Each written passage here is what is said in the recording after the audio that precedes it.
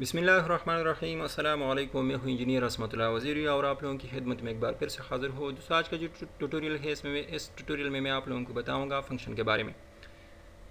अब दोस्तों, फ़ंक्शन दो तरह के होते हैं। फ़ंक्शन दो तरह के होते हैं। एक को कहते हैं प्री डिफाइंड फ़ंक्शन, जिसको बिल्ट इन फ़ंक्शन भी कहते हैं, और एक होते हैं यूज़र डिफाइंड फ़ंक्शन। अब प्री डिफाइंड फ़ंक्शन वो होते हैं दोस्तों कि जो पहले ही से उसी लैंग्वेज की लाइब्रेरी में पहले ही से डिफ़ाइन हो चुके हैं अपने मकसद के लिए, तो उसको कहते हैं pre defined function. User defined function वो होते हैं जो यूज़र किसी फ़ंक्शन को अपने आप से तैयार कर ले, अपने आप से डिफ़ाइन कर ले, उसको कहते हैं यूज़र डिफाइंड फ़ंक्शन। ठीक है, एक किसी टास्क को परफॉर्म करने के लिए एक फ़ंक्शन बना दिया जाए, यूज़र की तरफ से वो बना दिया जाए। ठीक है, तो उस फंक्शन को क्या कहते हैं? यूज़र डिफाइन फंक्शन, जो यूज़र खुद डिफ़ाइन कर ले उसको। ठीक है, तो बाकी थ्योरी मैं आप लोगों को यहाँ पे नहीं पढ़ाऊँगा, क्योंकि बार बार मैं ये कहता हूँ कि इसी कोर्स में मैं ज़्यादा फोकस प्रैक्टिकल पे दूंगा, थ्योरी पे नहीं। ठीक है, तो थ्योरी आप खुद देख ले। ठीक है, ताकि आप लोगों को फिर थ्योरी में भी मसला ना हो। ठीक है, लेकिन यहाँ पे मैं आप लोगों को प्रैक्टिकल बताऊंगा। अब यूज़र डिफाइन फंक्शन को डिफ़ाइन करना, तो इसके लिए चार तरीके हम यूज़ करते हैं। एक तरीका इस तरह होता है कि हम किसी यूज़र डिफाइन फंक्शन को डिफ़ाइन करते हैं, लेकिन इस तरह डिफ़ाइन करते हैं कि टेक नथिंग रिटर्न नथिंग। अब इसका मतलब यह है, जो ब्रैकेट में मैंने यहाँ पे आप लोगों को ये जुमला बंद किया है कि टेक नथिंग रिटर्न नथिंग। इसका मतलब ये है कि हम इस तरह फंक्शन बनाएंगे कि कोई पैरामीटर भी नहीं लेगा, टेक नथिंग, और कोई वैल्यू भी रिटर्न नहीं कर लेगा। ठीक है, अब बाकी जो तीन तरीके हैं वो अगले ट्यूटोरियल्स में मैं आप लोगों को बताऊंगा। और फिर एक सिंपल प्रोग्राम भी बनाएंगे, उसमें एक यूज़र डिफाइन फंक्शन भी इंशाल्लाह हम डिफ़ाइन करेंगे, और उसी यूज़र डिफाइन फंक्शन के थ्रू एक टास्क को हम इंशाल्लाह सॉल्व करेंगे। So okay guys, let's see. यहाँ पे आता हो, इसी टूल को मैंने ओपन कर लिया, और यहाँ पे ऑलरेडी ये मेन स्ट्रक्चर मैंने बनाया है, और इसी फाइल को मैंने T20 के नाम से सेव भी किया है। ठीक है, तो फंक्शन डिफ़ाइन करना, तो इसकी जो इस फंक्शन की जो खैसे होते हैं, जिन खैसों पे ये मुश्तमिल होता है, वो ये है कि फ़ंक्शन को हम पहले डिक्लेयर करते हैं। इसको फंक्शन प्रोटोटाइप भी कहते हैं, फंक्शन डिक्लेरेशन को। ठीक है, फंक्शन को डिक्लेयर करते हैं और फिर फंक्शन को डिफ़ाइन करते हैं, और फिर इसी फंक्शन को कॉल करते हैं। ठीक है, फंक्शन डिक्लेरेशन, जिसको फंक्शन प्रोटोटाइप भी कहते हैं, और फिर हो गया फंक्शन डिफिनीशन, इसी फंक्शन की डिफिनीशन हम बनाते हैं, और फिर इसी फंक्शन को फिर कॉल करते हैं। ठीक है, फंक्शन कॉलिंग। ठीक है, तो पहले हम क्या करते हैं कि इसी फंक्शन को डिक्लेयर करते हैं यहाँ पे। ठीक है, अब जो तरीका मैंने आप लोगों को स्लाइड पे बताया था कि टेक नथिंग रिटर्न नथिंग, कि कोई भी पैरामीटर भी ना ले ले और कोई भी वैल्यू भी रिटर्न ना करे। तो कोई भी वैल्यू रिटर्न ना करे, तो इसका मतलब ये है कि हमने जो यहाँ पे टाइप यूज़ करना होगा वो वाइड यूज़ करना होगा। वाइड का मतलब ये है कि इसके थ्रू हम कोई वैल्यू रिटर्न नहीं कर सकते, कोई भी वैल्यू यहाँ पे रिटर्न नहीं होगा।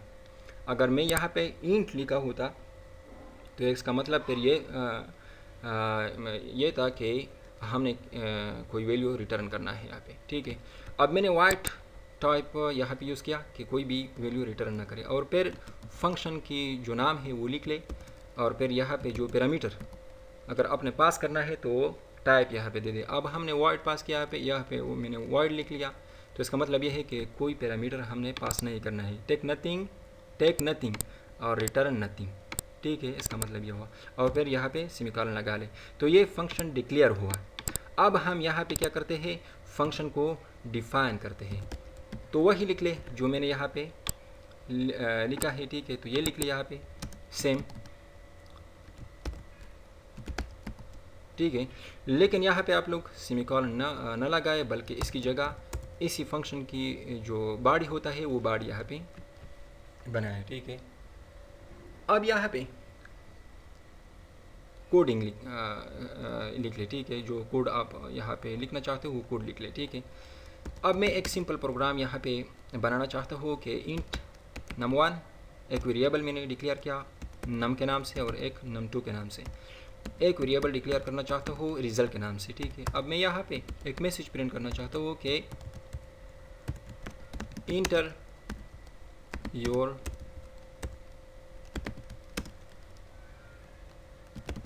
फर्स्ट नंबर और फिर एक न्यू लाइन प्रिंट करना चाहता हूँ, ठीक है, ताकि कर्सर नेक्स्ट लाइन पे आ जाए। और फिर वैल्यू भेज देता हूँ num1 को और फिर यहाँ पे एक और मैसेज प्रिंट करता हूँ कि इंटर योर सेकेंड नंबर और फिर एक न्यू लाइन प्रिंट करता हूँ, ठीक है। अब यहाँ पे मैं सिन की मदद से num2 को वैल्यू भेज देता हूँ। यहाँ पे जो वैल्यूज़ मैंने भेज दिए उसको सम करता हूँ और रिज़ल्ट की वेरिएबल में उसको सेव करना चाहता हूँ, ठीक है। तो रिज़ल्ट इक्वल टू num1 और प्लस num2। क्या कर ले कि num1 में जो वैल्यू है वो प्लस हो जाए num2 के साथ और फिर रिज़ल्ट की वेरिएबल में स्टोर हो जाए और फिर यहाँ पे इसको रिटर्न कर ले। नहीं, बल्कि इसको हम रिटर्न नहीं कर सकते कि रिज़ल्ट को हम रिटर्न कर ले, ठीक है। क्यों? क्योंकि यहाँ पे जो टाइप मैंने यूज़ किया है वो वॉइड है, ठीक है। वॉइड का मतलब ये है कि हम कोई वैल्यू यहाँ पे रिटर्न नहीं कर सकता, ठीक है। अब मैंने इसी वैल्यू को यहाँ पे प्रिंट करना होगा।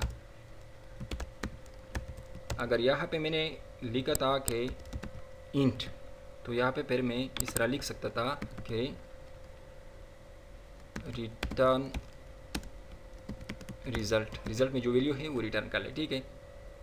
अब मैं ये नहीं लिख सकता क्योंकि यहाँ पे मैंने जो टाइप यूज़ किया है वो वॉइड यूज़ किया है। अब मैं यहाँ पे इसको प्रिंट करूँगा। यहाँ पे मैं प्रिंट करता हूँ कि the sum of these two entered numbers is equal to क्या, रिज़ल्ट में जो वैल्यू है वो प्रिंट कर ले, ठीक है। प्रोग्राम मुकम्मल हुआ। यह मुकम्मल नहीं हुआ है, क्यों? क्योंकि मैंने फ़ंक्शन का जो डिक्लेरेशन है वो भी यहाँ पे फ़ंक्शन मैंने डिक्लेयर किया है और इसी फ़ंक्शन की जो डिफिनीशन है वो भी यहाँ पे मैंने बनाया है, लेकिन फ़ंक्शन को कॉल नहीं किया है। अगर मैं इसको कॉल न कर लो तो इस कोड का कोई भी मकसद नहीं है। यहाँ पे इसको मैंने कॉल करना होगा, तो यहाँ पे मैं इसको कॉल करता हूँ, ठीक है, कि ऐड फंक्शन की नाम है, इस फंक्शन को क्या कर ले, कॉल कर ले, ठीक है। अब मैं इसको कंपाइल एंड रन करता हूँ एट अ टाइम। इसने क्या, ये फंक्शन कॉल हुआ, तो जब कॉल हुआ तो ये इसने इस फंक्शन की डिफिनीशन में जो कुछ लिखा है इसने ये इसी मैसेज को इसने प्रिंट किया कि इंटर योर फर्स्ट नंबर। अगर ये मैंने इसको यहाँ पे कॉल नहीं किया, ठीक है, इसको मैं कमेंट बना देता हूँ, ठीक है, सिंगल लाइन कमेंट, ठीक है। अब अगर मैं इसको कॉल कर लूँ, ठीक है, तो ये क्या रिज़ल्ट देगा, ये हमें ये प्रोग्राम एग्जीक्यूट हो जाएगा। लेकिन सिर्फ ये जो एग्जीक्यूट हुआ है ये इसलिए हुआ है कि ये इंतज़ार कर रहा है, ये मेंटेन हुआ है जब तक हम कोई कैरेक्टर इन न कर ले, गेट चार फंक्शन की मदद से कोई कैरेक्टर इंटर न कर ले, तब तक ये मेंटेन हुआ है, ठीक है। तो इसलिए ये एग्जीक्यूट हुआ, ये प्रोग्राम ये रन हुआ, ठीक है। और बाकी इस कोड का कोई भी फ़ायदा यहाँ पे नहीं है जब तक हम यहाँ पे इसी फंक्शन को कॉल ना कर ले, ठीक है।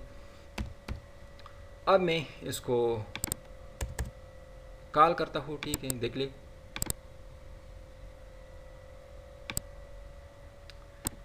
अब ये कॉल हुआ है ऐड फंक्शन, ठीक है। अब मैं इंटर करता हूँ 10, तो अब ये क्या कहता है कि इंटर योर सेकंड नंबर। अब मैं फिर इंटर करता हूँ 20। अब क्या रिज़ल्ट देगा, यहाँ पे ये सम हो जाएगा और फिर रिज़ल्ट में स्टोर हो जाएगा। num1 में क्या स्टोर हो जाएगा 10 और num2 में क्या स्टोर हो जाएगा 20 और फिर यहाँ पे सम हो जाएगा, रिज़ल्ट की वेरिएबल में 30 स्टोर हो जाएगा और फिर यहाँ पे ये मैसेज प्रिंट कर लेगा कि the sum of this two enter number is equal to और फिर जो वैल्यू स्टोर हुआ है रिजल्ट की वेरिएबल में वो प्रिंट कर लेगा।